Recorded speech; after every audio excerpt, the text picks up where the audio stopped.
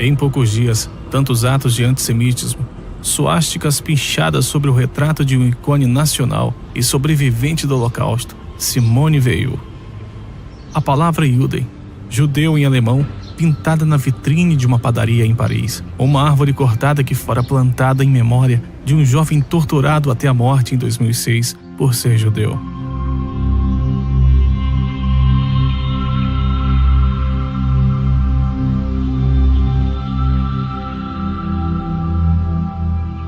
Atos de ódio que relembram a muitos das horas escuras da França sobre a ocupação nazista e provocou fortes condenações do governo. O antissemitismo se espalha como um veneno, como um fel. Ele ataca, apodrece o espírito e assassina.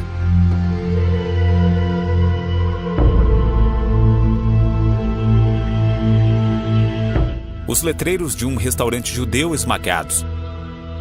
Uma cabeça de porco marcada com uma estrela de Davi jogada junto à porta. Suásticas e estrelas de Davi pichadas no muro.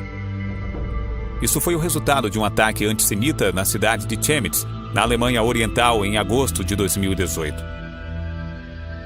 Foi apenas um dos 600 crimes antissemitas praticados na Alemanha no último ano. Isso é um aumento de 10% comparado com 2017. Particularmente preocupante, o número de incidentes violentos como este em Berlim aumentou em 2/3.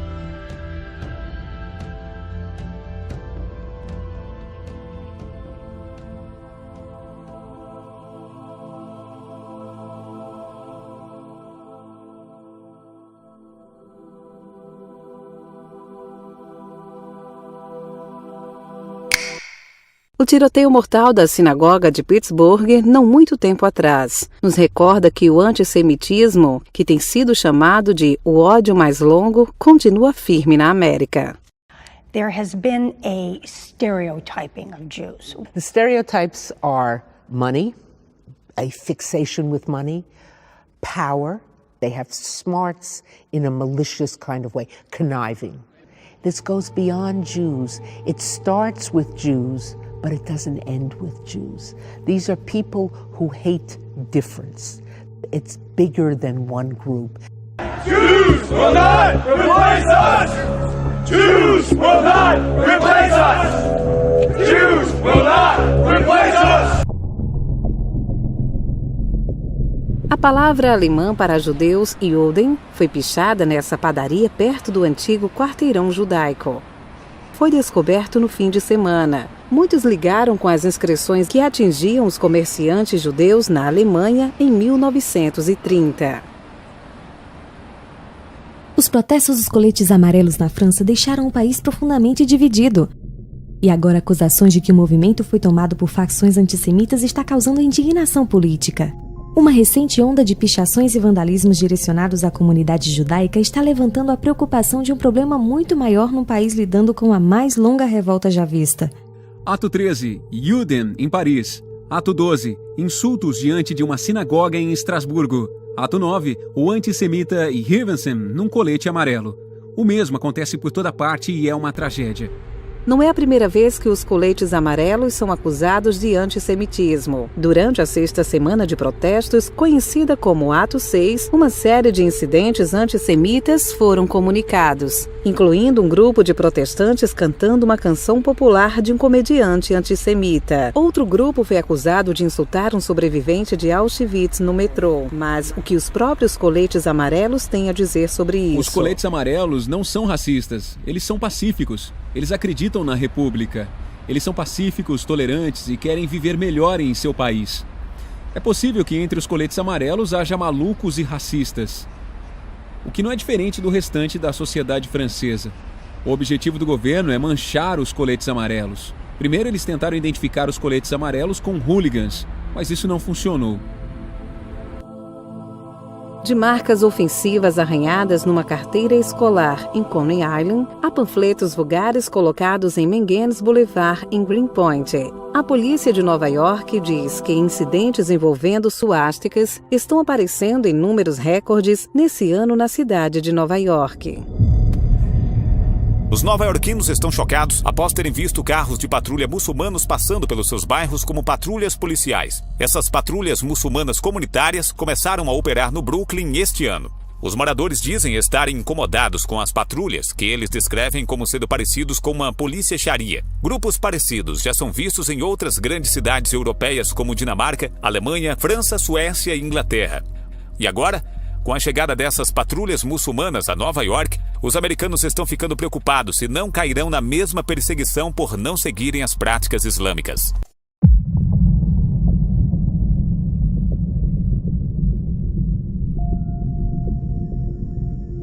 Uma marcha com jovens vestidos de negro que carregavam tochas.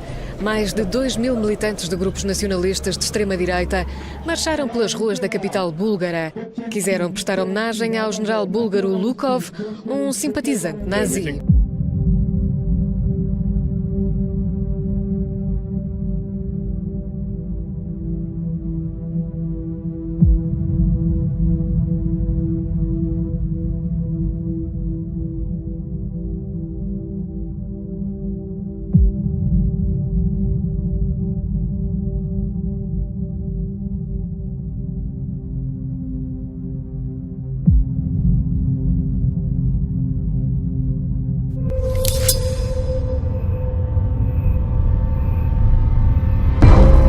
May I ask you something?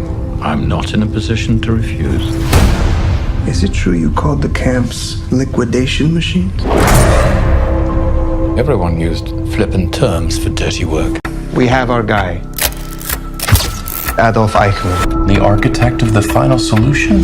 Após receber uma pista de que Adolf Eichmann estava escondido na Argentina, os israelenses montam um plano para capturar o arquiteto da solução final e trazê-lo à justiça. Na época, a Argentina abrigava um considerável número de nazistas alemães, deixando Israel sem esperanças de que um pedido de extradição seria atendido. Blood in between his eyes, but that's not what we're doing here. This is strictly catch and extract. Eichmann will stand trial here in Israel. Conduzidos pelo agente da Mossad Pire Malkin, um grupo de elite captura Eichmann e o leva para o esconderijo. Ali, Malkin tenta compreender o homem que ele via como um monstro. Kingsley is known for his unforgettable roles in movies like Gandhi, Schindler's List, and House of Sand and Fog. I remember that. Now he's starring in the historical thriller Operation Finale.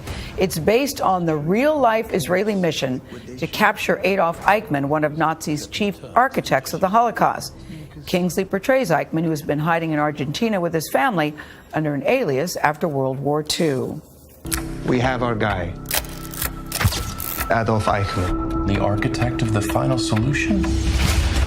We should be putting him down like a mad dog. I would happily put a bullet in between his eyes, but that's not what we're doing here. Strictly catch and extract. Eichmann will stand trial here in Israel. My job was simple.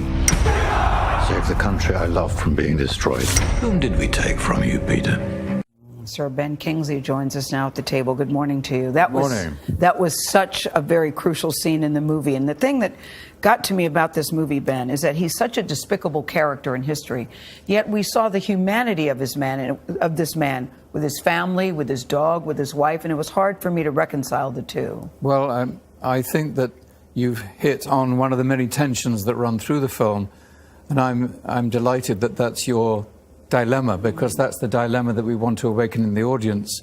I think if we fictionalize the man as a monster baddie, yes, quote unquote, then we relegate that horrendous portion of history to fiction, and it's either easier to forget, digest, or dismiss. Mm-hmm. But when we insist on the audience to accept these men and women as men and women, yeah, then it makes that period of history much harder to deal with, but we must confront it and deal with it. Yeah. Eichmann was one of us. And interlaced with this, I also had the privilege of meeting Elie Wiesel, the great prophet and poet and witness of the Holocaust and survivor. And when I was last with Elie, I did have the opportunity to tell him to his face that the next time I walk onto a film set that's relevant to your story, I will dedicate my performance to you. Mm. So really, I did not immerse myself in Nazism or German nationalism. I immersed myself in the memory of Elie Wiesel. Wow. And every day I said to myself, and to a photograph of him I had in my pocket, Elie, I'm doing this for you. And that was my engine, that was my fuel. Elie Wiesel was a Holocaust survivor, humanitarian, storyteller, and activist. But to millions of admirers now mourning his loss, he was known simply as a one-man testament to bravery and survival. I would like to show the tragedy of a person who is not only a victim of his own sickness, but of injustice. His book, Night, thrust him onto the world stage. It told the story of his experience in a German concentration camp to which he and his family were sent when Wiesel was just 15 years old. In it, he writes, "Never shall I forget those things, even were I condemned to live as long as God himself. Never." His commitment to making sure the world never forgets the systematic murder of 6 million Jews earned him a sprawling list of accolades, including the Nobel Peace Prize in 1986. We refuse to be silent. Remember, silence helps the killer, never his victims.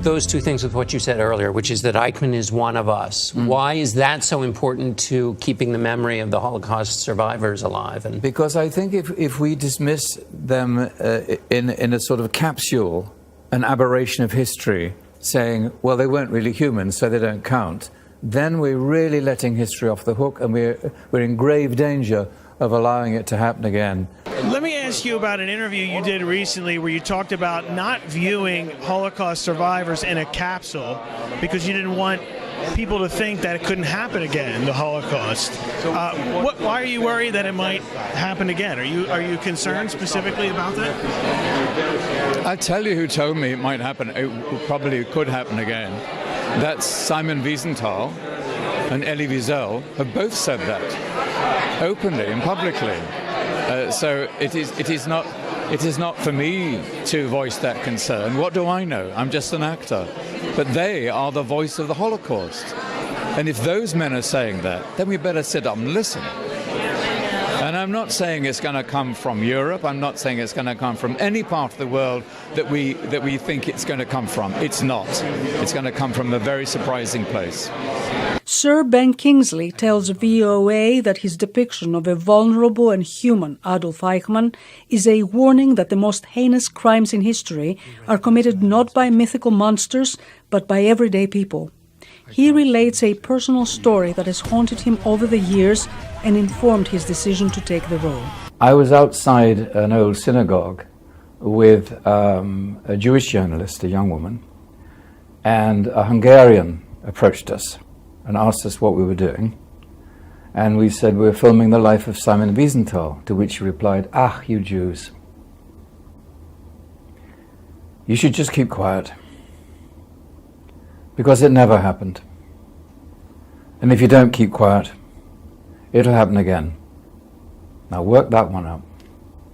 Work that one out." Absolutely shocking. Oscar Isaac plays Peter Molking, a man grieving the murder of his sister and her children by the Nazis, but who treats Eichmann kindly and convinces him to cooperate. It's almost like Malcolm convinced Eichmann of his humanity. You know, the whole thing was about, you know, if we were like you, you'd be dead right now. Then in the 1980s, during the Cold War, I was invited to speak in Poland. And my Polish host asked me if I would like to see Auschwitz. I told him, I'd been to concentration camps. He said, "No, Ravi, this is not a concentration camp. This used to be a death camp."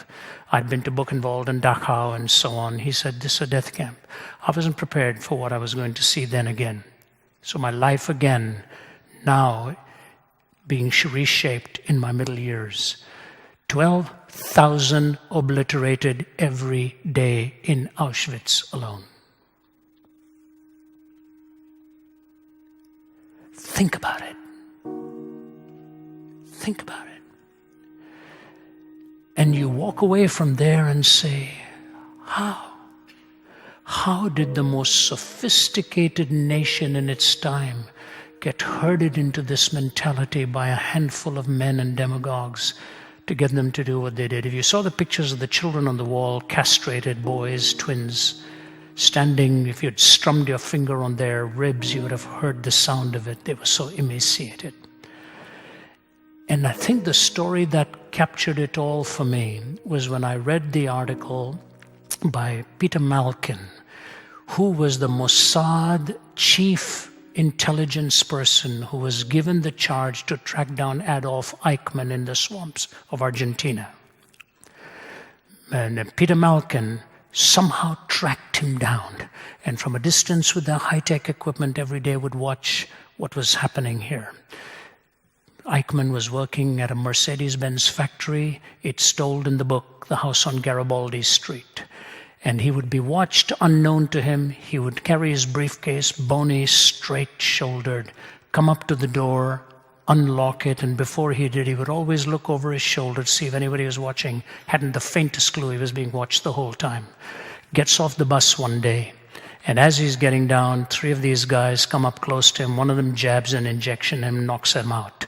Puts him in a car. He is dressed up as an El Al pilot and taken back onto a flight and brought back to Jerusalem. I went to the Yad Vashem Museum to look at the documents when I was writing my book, my little booklet, Jesus Talks to Hitler.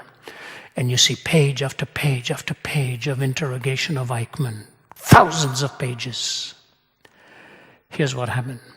Peter Malkin was given the responsibility to bring him back, not to interrogate him. As he's about to disembark from the train and turn Eichmann over to the authorities, he couldn't resist one question. He went into the compartment where Eichmann had been, his mark on his arm and all of that, SS. And he said, Mr. Eichmann, I just have one question for you. Please help me with this. Every night I watched you come home. You opened your door and a little boy would jump into your arms and you would embrace him. Who's that? He said, it's my son. He said, how old is he? Eichmann gave the age. He said, you know, Mr. Eichmann, I had a cousin, I had a nephew exactly the same age as your boy. You killed him. Why? And Eichmann is reclining, Malkin is sitting on a chair asking the question. No expression on his face. He turns to Peter Malkin and says, my son wasn't Jewish.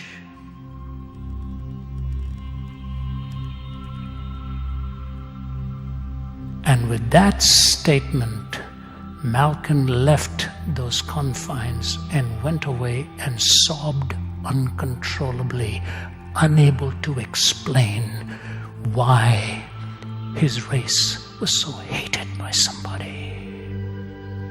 But having failed to exalt himself, his work now is one driven by envy and vengeance against God and against anybody that God cares about. That when God says he loves his people, and when God says he loves the Jews, he loves Israel, the hatred of the devil is directed towards those people in particular. Ich schwöre nicht auf die Bibel, ich schwöre bei Gott. I do not swear by the Bible, I swear by the Almighty God. During the 5-month trial, Adolf Eichmann would never admit his guilt. Ich kam in Kontakt. But I had to obey orders, I had to do it.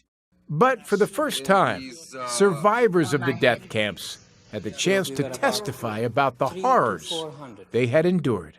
We walked from early morning till late in the night. There were many who on the very first day fell and never got up. What happened to those? They remained on the roadside. They were either shot or beaten until they died. If Eichmann thought he would just serve a few years in an Israeli prison before heading back to Argentina, then he gravely miscalculated. Eichmann is found guilty of crimes against the Jewish people, crimes against humanity, and war crimes. Adolf Eichmann would be convicted and hanged. Right after the war, the Allies prosecuted 22 Nazis in Nuremberg, Germany. But that was the winners trying the losers. Adolf Eichmann's trial in Israel was something else entirely. The victims themselves seeking justice, even when the world would have understood vengeance.